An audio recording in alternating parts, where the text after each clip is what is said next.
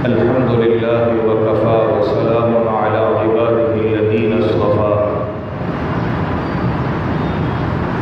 أما بعد فأعوذ بالله من الشيطان الرجيم بسم الله الرحمن الرحيم وقال النبي صلى الله تبارك وتعالى عليه وسلم في كل ركعتين تشهد أو كما قال صلى الله تبارك وتعالى عليه وسلم۔ حضور اکرم صلی اللہ علیہ وسلم کی احادیث طیبہ میں سے ایک حدیث کا ایک حصہ تلاوت کیا ہے۔ دعا ہے کہ اللہ تبارک و تعالی اس کا صحیح مفہوم بیان کرنے کی اور ہم سب کو اس پر عمل کرنے کی توفیق نصیب فرما دے۔ گزشتہ جمعے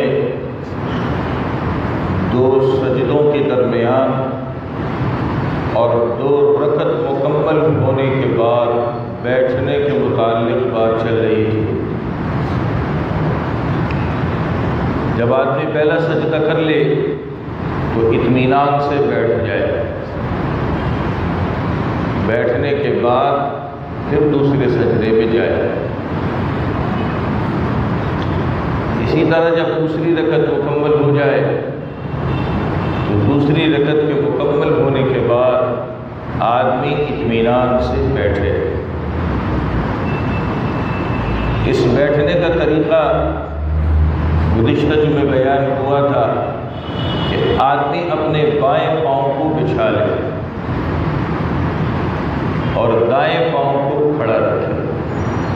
یہ سب سے بہترین طریقہ ہے، چاہے دو سجدوں کے درمیان بیٹھنا ہو، چاہے التحیات پڑھنے کے لیے بیٹھنا ہو۔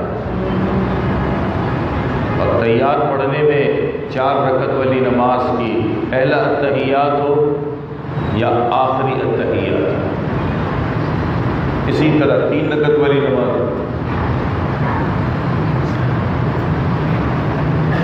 حضور اکرم صلی اللہ علیہ وسلم جب آخر عمر میں بھاری ہو گئے تھے، آپ کا بدن بھاری ہو گیا تھا، آپ میں کمزوری ہوئی تھی، تو آپ دونوں پاؤں دائیں طرف نکال کر اپنے کولے کے سہارے بیٹھا کرتے تھے، جیسے آج ہماری خواتین بیٹھتی ہیں، ان کے لیے طریقہ یہی ہے۔ البتہ خواتین کے بارے میں ایک بات اور سن لیں، عام طور پہ ہمارے یہاں طریقہ یہ ہوتا ہے کہ دونوں پاؤں دائیں طرف نکالتے ہیں۔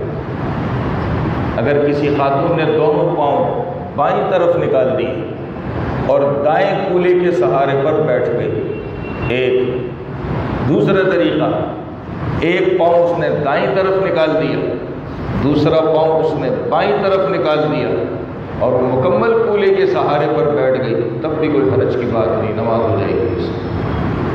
یہ چھوٹ ہے، خواتین کو آپ سمجھا سکتے ہیں۔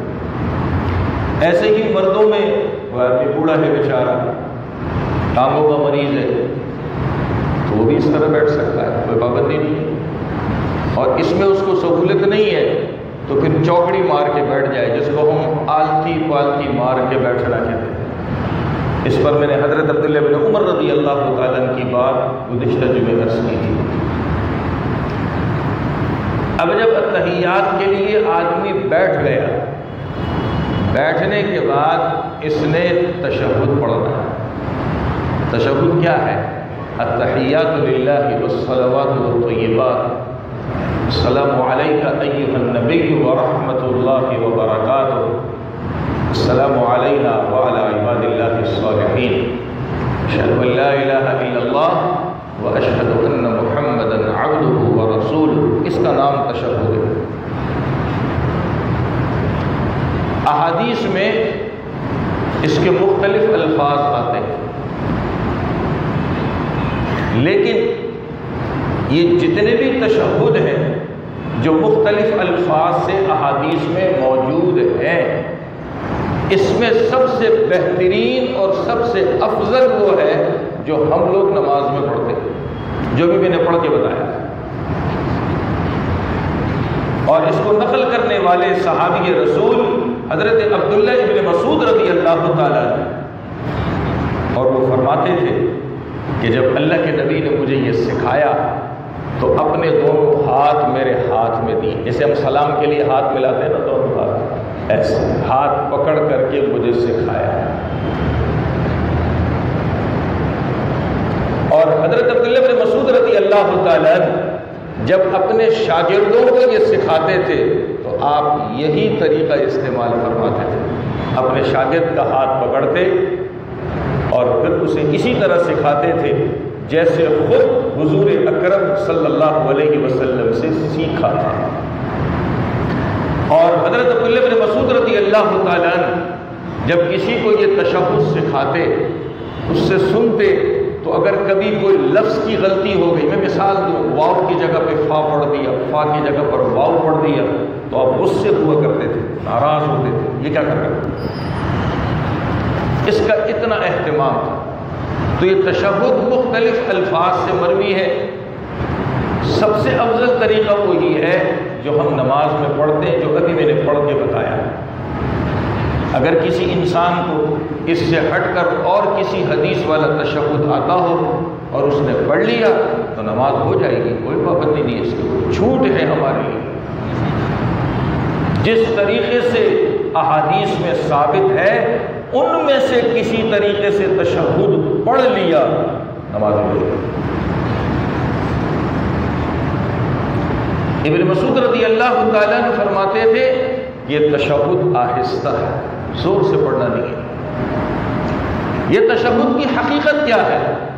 یہ پس منظر ہمارے ذہن میں ہونا چاہیے۔ ہم نماز میں پڑھتے تو ہیں مگر اس کا پس منظر ہمارے ذہن میں نہیں ہوتا ویسا، حالانکہ میں پہلے کئی مرتبہ اس کو بیان بھی کر چکا ہوں۔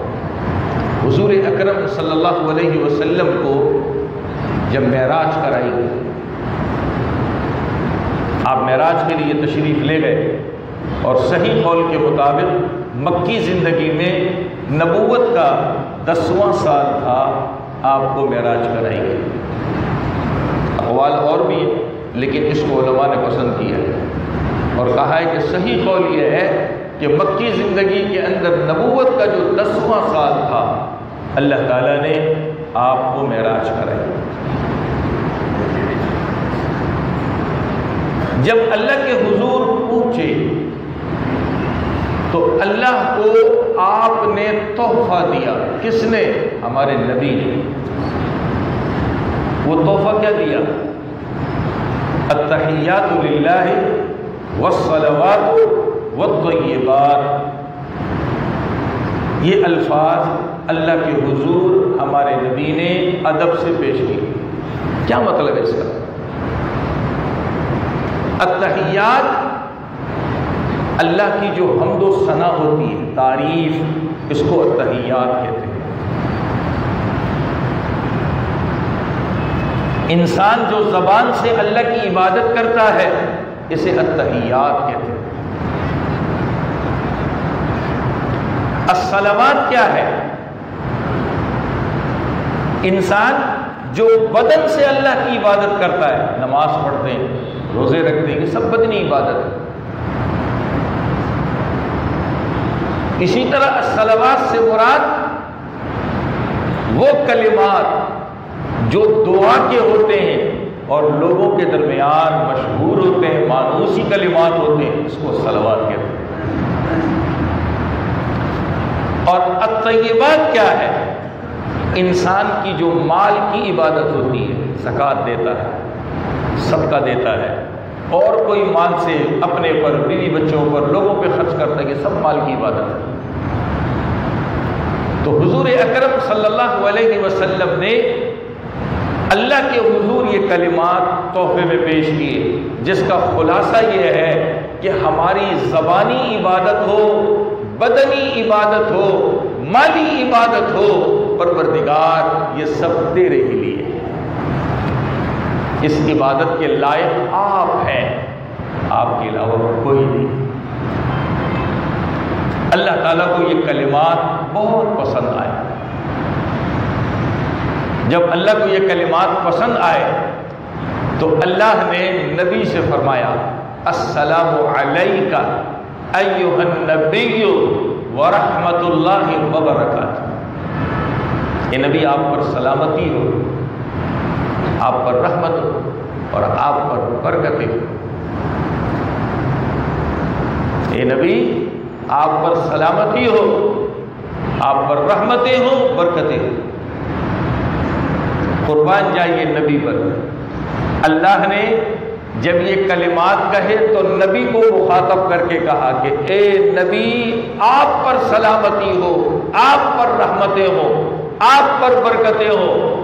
نبی نے اپنی ذات کے لیے نہیں رکھا، نبی نے آگے کہا السلام علینا وعلی عباد اللہ الصالحین، ہم سب پر ہو اور جتنے بھی اللہ کے نیک بندے ہوں سب پر ہو۔ کتنی مہربانی ہے نبی کی کہ قیامت تک جتنے اللہ کے نیک بندے ہوں گے سب کو اللہ کی اس دعا میں نبی نے شامل کر لی۔ یہ ہم پڑھتے ہیں نماز میں۔ حضرت جبریل امین، یہ جو بات ہو رہی ہے یہاں سے 70,000 پردوں کے پیچھے یہ گفتگو سن رہے ہیں۔ آگے جانے کی اجازت نہیں تھی حضرت جبریل کو، حضرت جبریل کو آگے جانے کی اجازت نہیں تھی، 70,000 پردوں کے پیچھے تھے۔ اب یہ ساری گفتگو سن رہے ہیں۔ حضرت جبریل جوش میں آتے ہیں۔ حضرت جبریل کیا کہتے ہیں؟ اشہد ان لا الہ الا اللہ، میں گواہی دیتا ہوں کہ اللہ کے علاوہ کوئی معبود نہیں، واشہد ان محمدا عبدہ ورسولہ، اور میں گواہی دیتا ہوں کہ محمد صلی اللہ علیہ وسلم اللہ کے بندے اور رسول ہیں۔ تو اس کے بعد سے اس کو نماز میں رکھ دیا گیا۔ یہ ہے اس کا پس منظر۔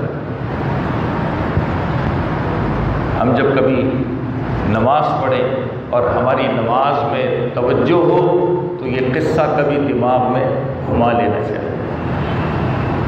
عام طور پہ تو بس آنکھیں بند کرتے ہیں، کیسٹ کی طرح پڑھتے ہیں، چل رہی ہے زبان، چل رہی ہے زبان۔ کبھی گھر میں اکیلے ہو، نوافل پڑھ رہے ہو، وہاں سے شروع کریں۔ گھر میں ہو، اکیلے نماز پڑھ رہے ہو نوافل، وہاں توجہ کے ساتھ پڑھیے، پھر دیکھیے کہ توجہ ہماری نوافل سے آگے سنتوں میں، سنتوں سے آگے فرضوں میں بھی انشاءاللہ آ جائے گی۔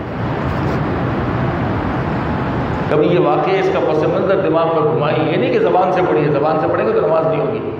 واقعے کو زبان سے نہیں پڑھنا ہے، اس کو دماغ میں گھمانا ہے، اور اس طرح پڑھتے جائیں، یہ کلام ان کا ہے، یہ کلام ان کا ہے، یہ اس کا جواب ہے، یہ اس کا جواب ہے۔ دیکھیں پھر نماز پتہ چلتا ہے کہ اس کی حقیقت کیا ہے۔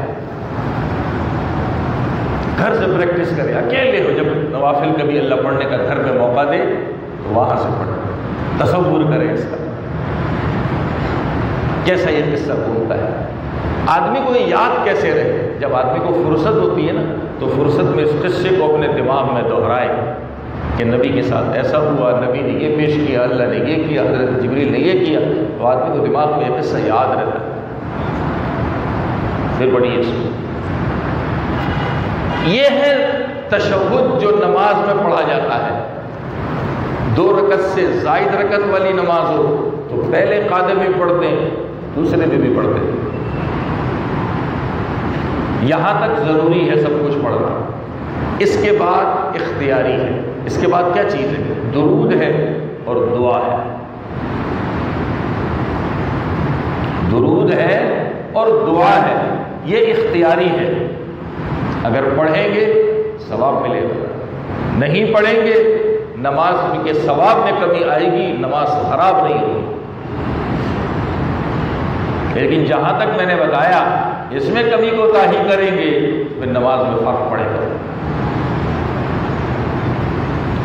اب اسی تشہد پڑھنے میں انگلی کا اشارہ کیا جاتا ہے، انگلی کا اشارہ کیا جاتا ہے۔ اس اشارے میں احادیث میں جو کیفیت ہے میں آپ کے سامنے بیان کر دیتا ہوں۔ صحابی فرماتے ہیں اللہ کے نبی جب تشہد میں بیٹھنے کے لیے بیٹھا کرتے تھے تو بایاں پاؤں بچھا دیتے تھے، دایاں پاؤں کھڑا کر دیتے تھے۔ سیدھے ہاتھ کو سیدھی ران کے اوپر رکھتے تھے، الٹے ہاتھ کو الٹی ران کے اوپر رکھتے تھے۔ یہاں تک تقریباً کئی روایتوں میں آتا ہے۔ اب اس کے بعد اشارہ ہے التحیات پڑھنے کا۔ پہلے تو یہ سمجھیں کہ یہ اشارہ کن الفاظ پہ کیا جاتا ہے۔ ہمارے یہاں بیچارے لوگ سمجھتے ہیں بس التحیات شروع کرو اشارہ شروع کر دو، جب ختم کرو تو اشارہ نیچے کر دو، یہ بھی غلط ہے۔ کچھ تو میری طرح ایسے غافل بھی ہوتے ہیں وہ اشارہ کرتے ہی نہیں ہیں۔ یہ نہیں کہ اشارہ نہیں کریں گے تو نماز نہیں ہوگی، نماز تو ہو جائے گی، مگر نبی کا ایک طریقہ ہم چھوڑ لیں۔ اس کا مطلب ہے ہماری نماز میں دماغی طور پہ حاضری نہیں ہے، پر وہ کیسے چل رہی ہے پڑھ کے ختم کر دیا ہم نے۔ تو کچھ میری طرح ایسے غافل بھی ہوتے ہیں جو اشارہ کرتے ہی نہیں۔ ایسا نہیں کرنا چاہیے۔ اشارہ کس لفظ پہ کیا جاتا ہے؟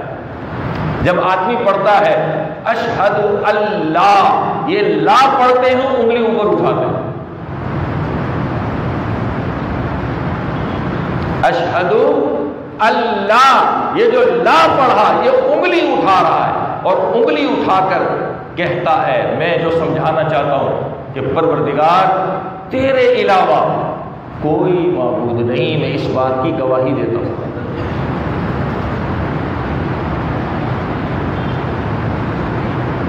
اور جب ہم اس کے بعد پڑھے الا اللہ تو اب اس کو نیچے کرنا ہے۔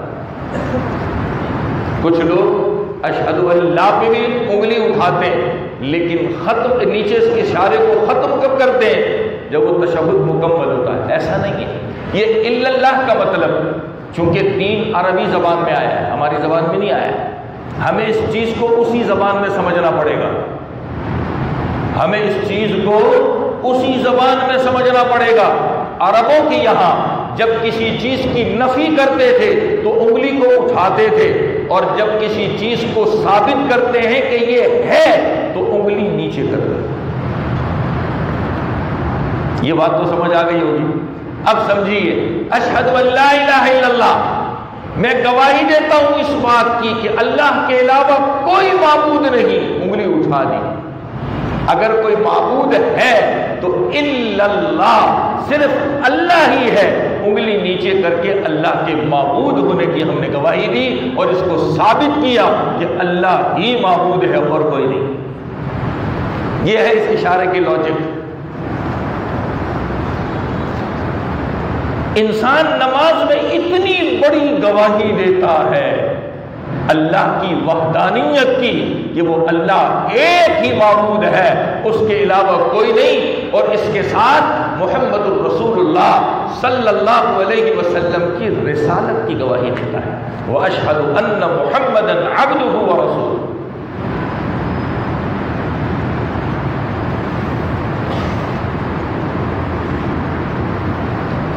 اب یہ اشارہ کرنے کے لیے اپنا ہاتھ کیسے بنائیں؟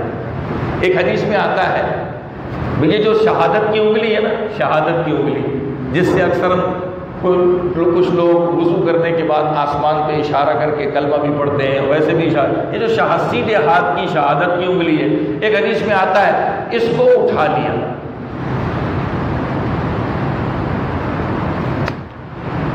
دوسری حدیث میں آتا ہے جو دوسرا طریقہ ہے اس کا، دوسرا طریقہ یہ جو ہمارا انگوٹھا ہے،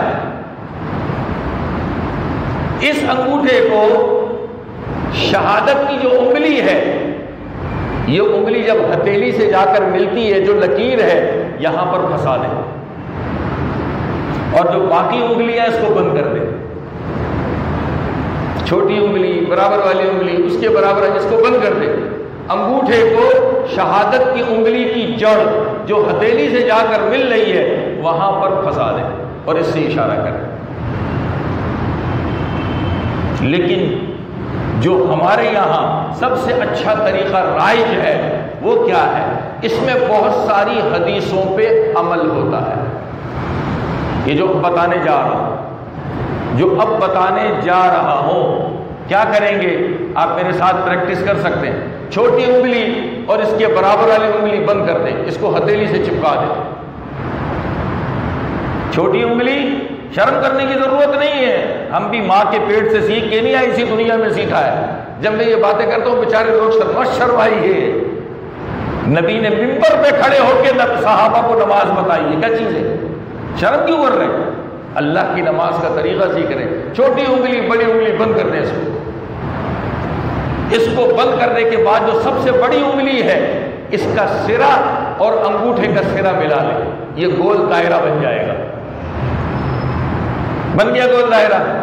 اب آپ کا ہاتھ آپ کی ران کے اوپر ہے، جب آپ پڑھیں گے اشہد اللہ تو یہ شہادت کی انگلی اٹھا دیں گے، اور جب آپ پڑھیں گے الا اللہ کہیں گے، اس کو نیچے کر کے یہ جو برابر والی انگلی ہے بڑی، اس کے بیچ والے جوڑ کے برابر کر دیں۔ کیوں؟ دوسری حدیث میں آتا ہے نبی نے فرمایا اس انگلی کو چپکانا نہیں ہے، جس سے اشارہ کیا ہے نا اس کو اٹھا کے رکھنا ہے۔ نبی نے فرمایا احناہا، اس کو کچھ اٹھا کے رکھو، چپکاؤ نہیں۔ لیکن اس کا یہ مطلب بھی نہیں اگر کسی نے چپکا دیا تو نماز نہیں ہوگی، نماز ہو جائے گی۔ اسی لیے میں نے شروع میں کہا سب سے بہترین افضل طریقہ یہ ہے جو کئی حدیثوں کو جمع کرتا ہے۔ دوبارہ بتا دیتا ہوں، چھوٹی انگلی اس کی برابر والی انگلی کو بند کر دیں، بڑی انگلی اس کا سرا اور انگوٹھے کے سرے سے گول دائرہ بنا دیں۔ جب اشہد اللہ کہیں گے انگلی اٹھائیں گے، الا اللہ کہیں گے تو یہ بڑی انگلی جو ہے اس کا جو درمیان کا جوڑ ہے اس کے برابر لا کے چھوڑ دیں، تو آپ کی انگلی آپ کی ران سے چپکے گی نہیں۔ کیوں؟ دوسری حدیث میں فرمایا قد احناہا، اس انگلی کو اٹھا کر کے رکھو۔ اب اس کو حرکت نہیں دینا ہے، حدیث میں آتا ہے لا یحرکھا، نبی اس کو حرکت نہیں دیتے تھے بلکہ سکون سے رہتی تھی۔ انگلی کو حرکت نہیں دینی ہے، سکون سے رکھنا ہے، حدیث میں موجود ہے صراحت کے ساتھ۔ یہ جو اشارہ ہے یہ کیا ہے؟ ایک تو میری طرح غفلت کے ساتھ نماز پڑھنے والے بس چل رہی ہے، کہانی ہو رہی ہے۔ حدیث پاک میں آتا ہے، میں ترجمہ نہیں کرتا، اپنے الفاظ میں اس حدیث کا مطلب بیان کرتا ہوں تاکہ ہمیں اس کی حقیقت پتہ چلے۔ جب انسان یہ انگلی اٹھاتا ہے اور انگلی نیچے کی طرف جھکاتا ہے، حدیث کے مطابق یہ شیطان کے لیے ایک تیر ہے، یہ اس کو جا کر لگتا ہے، بہت پریشان ہوتا ہے۔ میں ایک چھوٹی سی بات درمیان میں عرض کر دوں، جو پہلی بات کہنے جا رہا ہوں وہ پہلے بیان بھی کر چکا ہوں۔ جب شیطان اذان اور اقامت، جو جماعت قائم ہونے کے لیے اقامت کی جاتی ہے، اس کے الفاظ سنتا ہے بہت دور بھاگتا ہے، یہ اس کو پسند نہیں ہے، بہت دور بھاگتا ہے، اور جیسے یہ ختم ہو جاتے ہیں فوراً بھاگ کے واپس آتا ہے، فوراً بھاگ کے واپس آتا ہے۔ دوسرا، جب یہ تشہد کے درمیان یہ اشارہ کیا جاتا ہے تو یہ اس کو تیروں میں سے ایک تیر کی طرح لگتا ہے، یہ اس کو تیروں میں سے ایک تیر کی طرح لگتا ہے، بہت چبھتا ہے اس کو۔ اس پر کتابوں میں ایک نکتہ لکھا ہے، یہ سمجھنے کی بات ہے۔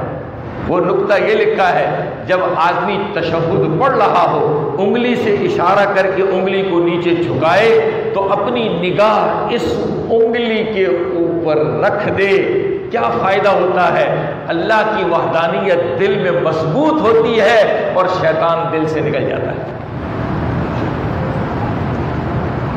کتنی بڑی بات ہے، ایک چھوٹے سے عمل سے ہمیں کیا کچھ مل رہا ہے۔ اللہ کرے کہ ہمیں یہ توجہ نصیب ہو جائے، اللہ کرے کہ ہمیں یہ توجہ نصیب ہو جائے۔ شیطان دل سے نکلتا ہے اور اللہ کی وحدانیت دل کے اندر مضبوط ہوتی ہے کہ اللہ ہی اللہ ہے، اللہ ہی ہے۔ یہ ہے اس انگلی کے اشارے کے اٹھانے کے۔ اب اگر کسی آدمی نے انگلی بالکل نہیں اٹھائی یا اٹھا کے اس نے نیچے بچھا دی، پورا ہاتھ کھول دیا، بچھا دیا، تب بھی نماز ہو جائے گی، کوئی مسئلہ نہیں، پریشان ہونے کی ضرورت نہیں۔ لیکن جو سب سے افضل طریقہ تھا وہ میں نے بتا دیا۔ جب 4 رکعت والی نماز ہوتی ہے تو یوں سمجھیے کہ 2 رکعت سے زائد والی نماز ہوتی ہے تو پہلے قاعدے میں یہ پڑھ کے ہم نے اٹھنا ہے. کہاں تک پڑھ کے اٹھنا ہے؟ وَأَشْهَدُ أَنَّ مُحَمَّدًا عَبْدُهُ وَرَسُولُهُ. اب ہمیں اٹھنا ہے. لیکن اگر کسی کے منہ سے جلد بازی میں غلطی میں درود نکل گیا، پھر آدھے درود میں جا کے خیال آیا یا درود شروع کرتے ہی خیال آیا کہ میری تو 2 رکعت کی نیت نہیں ہے، 2 سے زائد پڑھنا ہے، مجھے تو کھڑا ہونا تھا، اب کیا کریں؟ میں آسان الفاظ میں مسئلہ سمجھا دیتا ہوں، اللہ کرے کہ سب کو سمجھ میں آ جائے. یاد رکھیے 2 رکعت سے زائد رکعتوں والی نماز ہو، ہم نے 2 رکعت کے بعد کھڑا ہونا ہے، ہماری زبان سے درود نکل گیا، اللہم صلی علی محمد، اتنا یا اس سے زیادہ، اتنا یا اس سے زیادہ ہم نے پڑھ لیا اور ہمیں یاد آ گیا، درود چھوڑ دیں، اب پورا نہ کریں، چھوڑ دیں، فوراً کھڑے ہو جائیں اور آخر میں سجدہ سہو کر لیں، نماز ہو جائے.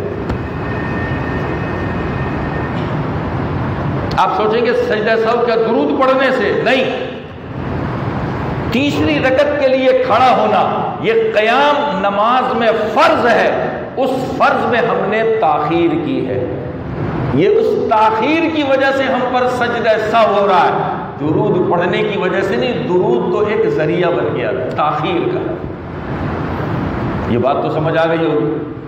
تو کتنا پڑھ لیا ہو؟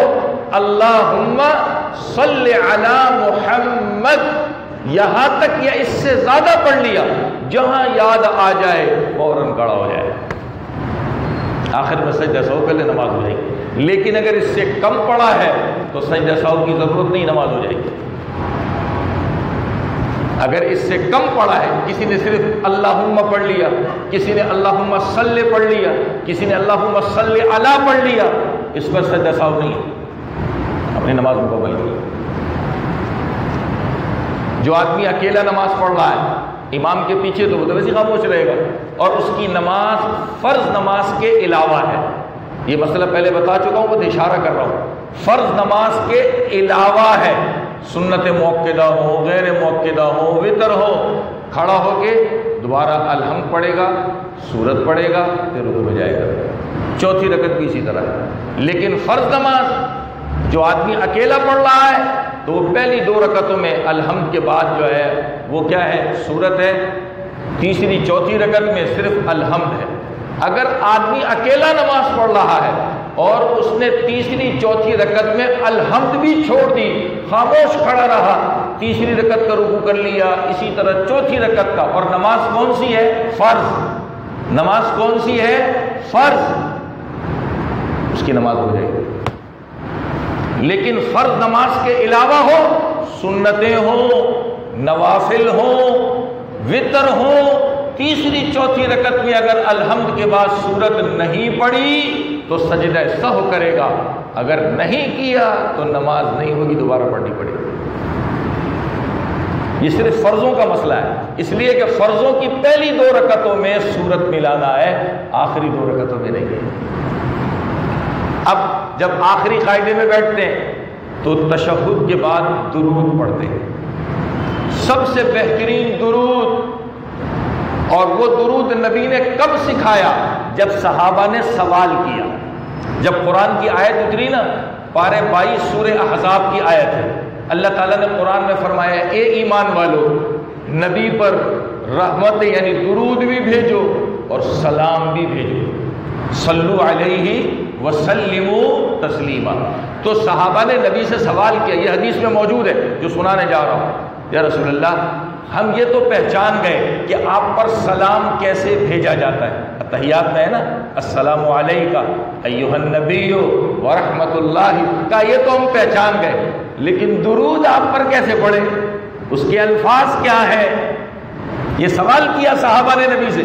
تو نبی نے فرمایا پڑھو اللہم صلی علی محمد وعلی آل محمد کما صلیت علی ابراہیم وعلی آل ابراہیم انک حمید مجید اللہم بارک علی محمد وعلی آل محمد کما بارکت علی ابراہیم وعلی آل ابراہیم انک حمید مجید۔ یہ نبی نے صحابہ کو درود سکھایا اور نماز میں یہی پڑھا جاتا ہے، اور سب سے افضل درود یہی ہے۔ صحابہ نے سوال کیا تھا اور سوال کرنے پر آپ نے یہ درود کے الفاظ صحابہ کو سکھائے، اس لیے جتنے بھی درود ہیں ان سب میں افضل یہ ہے، سب میں افضل یہ ہے۔ نماز میں درود پڑھنا سنت ہے، اگر چھوٹ گیا ثواب میں کمی آئے گی، نماز خراب نہیں ہوگی۔ اس کے بعد دعا پڑھنا، نبی فرماتے ہیں کہ اپنے لیے نماز میں دعا کا حصہ بنا، یعنی درود پڑھنے کے بعد دعا۔ عام طور پہ ہمارے یہاں لوگ دو دعائیں بڑی مشہور ہیں جو پڑھتے ہیں، ایک رب اجعلنی مقیم الصلاۃ، ماشاءاللہ سب کو آتی ہوگی، اور دوسری دعا پڑھتے ہیں ربنا آتنا فی الدنیا حسنہ، یہ بھی سب کو آتی ہوگی۔ نبی نے حدیث میں یہ فرمایا کہ اس کے بعد دعا کا حصہ بناؤ، دعا پڑھو۔ تو یہ جو دو دعائیں پڑھتے ہیں یہ قرآن کی، اور قرآن میں بیان کی ہوئی دعائیں افضل ترین دعائیں، جس کو یہ آتی ہے یہ پڑھے، مرضی ہے ایک پڑھے، مرضی ہے دو پڑھے۔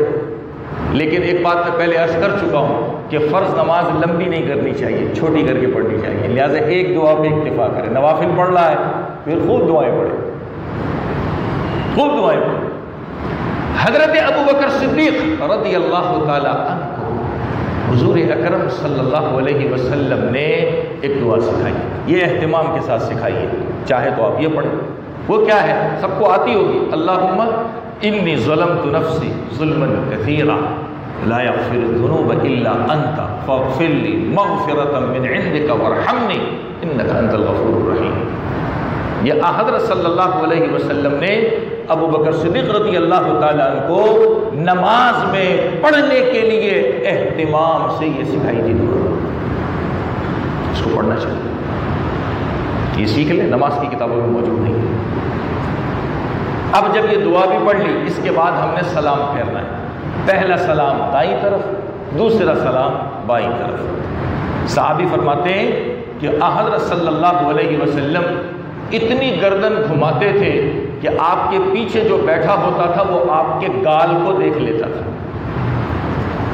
اتنی گردن گھما کے سلام کرتے تھے۔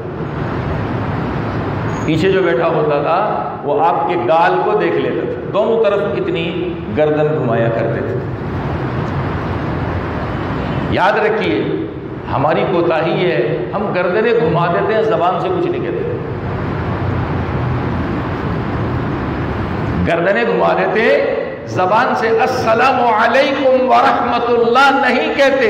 نماز دوبارہ پڑھنی پڑے گی، اگر آج تک یہ حرکت کی ہے تو اس مسئلے کو سمجھ جائے، صرف گردن گھمائی، زبان سے کچھ نہیں کہا السلام علیکم ورحمۃ اللہ، خاموش رہا، نماز دوبارہ پڑھنی پڑے گی۔ یہ مسئلہ تو سمجھ آ گیا ہوگا، صرف گردن گھما رہا ہے، زبان سے السلام علیکم ورحمۃ اللہ نہیں کہہ رہا، نماز دوبارہ پڑھنی پڑے گی، یہ ضروری ہے۔ لہذا اب اس کو الٹ سمجھیے، کسی آدمی نے زبان سے السلام علیکم ورحمۃ اللہ 2 مرتبہ کہہ لیا، گردن نہیں گھمائی، نماز ہو جائے گی۔ اب مسئلہ سمجھ آ گیا ہوگا، زبان سے کہنا ضروری ہے، گردن گھمانا سنت ہے، اگر سنت چھوڑ دی ثواب میں کمی آئے گی، اور زبان سے کچھ نہیں کہا نماز دوبارہ پڑھنی پڑے گی۔ میں نے آسان الفاظ میں سمجھا دیا، دونوں طرف زبان سے السلام علیکم ورحمۃ اللہ کہنا یہ ضروری ہے، گردن گھمانا یہ سنت ہے۔ اس میں بھی کچھ ہماری کوتاہیاں ہیں، انشاءاللہ آئندہ جو عرض کی جائیں گی، اللہ تعالیٰ عمل کی توفیق نصیب فرما دے۔